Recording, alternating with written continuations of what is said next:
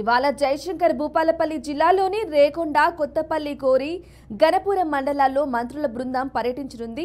మంత్రులు జూపల్లి కృష్ణారావు, కొండా సురేఖ, సీతక్క, వరంగల్ ఎంపీ కడియం కావ్య పలు అభివృద్ధి పనులకు శంకుస్థాపన చేయనున్నారు.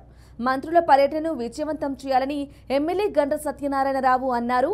ఈరోజు ఉదయం 9:30 రేకొండ మండలం కుడవటంచ గ్రామంలోని లక్ష్మీనరసింహస్వామి ఆలయాన్ని మంత్రులు దర్శించుకుంటారు. 12.15 కోట్ల రూపాయలతో ఆలయ అభివృద్ధి పనులకు శంకుస్థాపన చేస్తారు. ఉదయం 10:30 కొత్తపల్లి గోరి మండలం జగ్గయ్యపేట గ్రామం మీదుగా తిరుమలగిరి శివారులోని వెంకటేశ్వర స్వామి గుట్ట, పాండవుల గుట్టకు చేరుకుంటారు.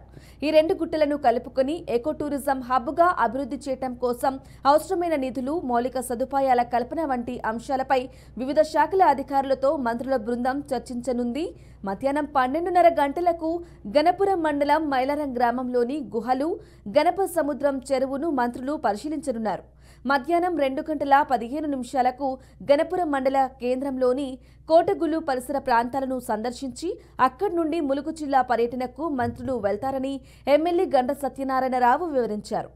మంత్రుల పర్యటన నేపథ్యంలో ఏర్పాట్లను ఎమ్మెల్యే పరిశీలించారు.